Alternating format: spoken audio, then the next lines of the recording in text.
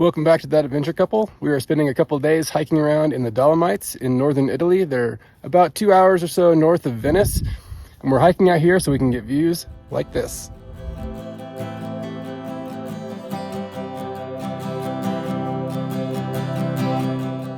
Welcome to the Dolomites. It's so beautiful out here. We booked our room on Expedia and it is awesome. We have an entire apartment to ourselves, and I don't know if there's anybody else staying here, so we have this whole place to ourselves. Here's our house for the weekend. We're excited to go hiking in the Dolomite Mountains. They have a hot tub and they have a sauna, as well as a cafe, a restaurant, and a bar. The hotel we booked was in Longo. We chose this hotel because it was in the mountains, but not in one of the really tourist areas, so it wasn't as expensive.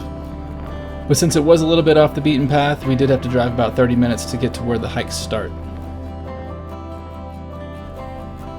This is the hike to Cadini di Misurina, or at least to the famous viewpoint that overlooks it. The hike itself is fairly easy, but I would definitely recommend going first thing in the morning so you can get all of your pictures in before it gets too crowded. To get to the start of these hikes, you're going to take the toll road to Refugio Oronzo. To get to the lookout, you're going to start by going down the hill towards the south from the parking lot, and after going downhill, you go back up the next ridge.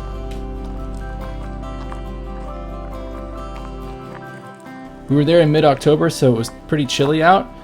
Plus, the wind on top of the mountains is pretty strong, so you're going to want a nice windbreaker jacket.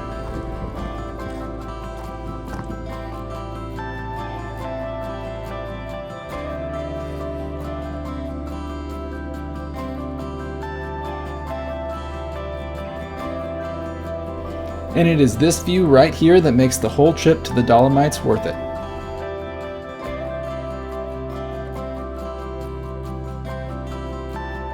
Okay, babe, how beautiful are the Dolomites?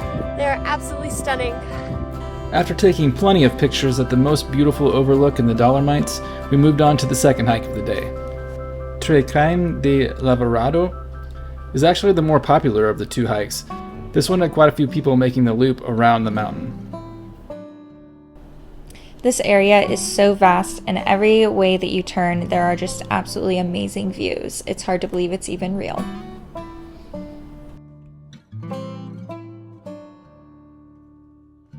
This trail is a loop that goes around the mountain. The total loop is 6.3 miles, so it will take a little while to do. I would definitely recommend doing both of these hikes in the same day, but it's probably going to take you most of the day, so pack a lunch.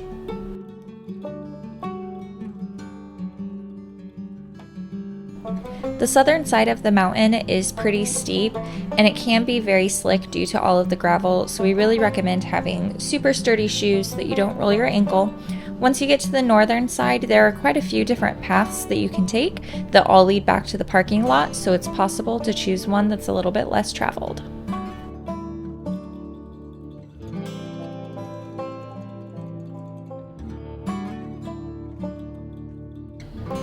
If you're visiting the mountain in the summer, be sure and bring some sunscreen because there is no shade out here.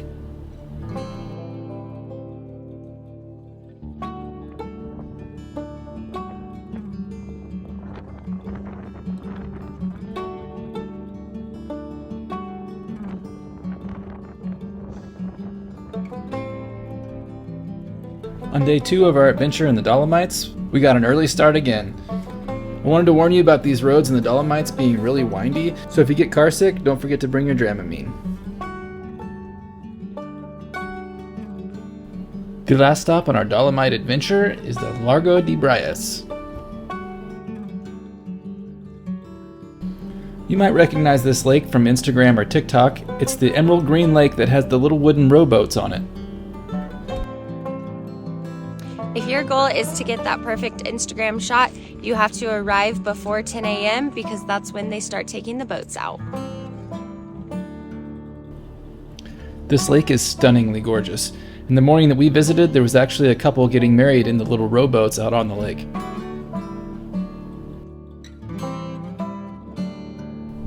The lake is really accessible. It is only about 100 meters from the parking lot, so it doesn't really require any hiking.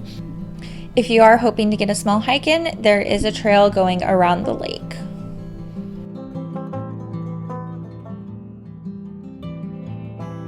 This concludes our trip to the Dolomites. Please like and subscribe so you can keep up with all of our adventures.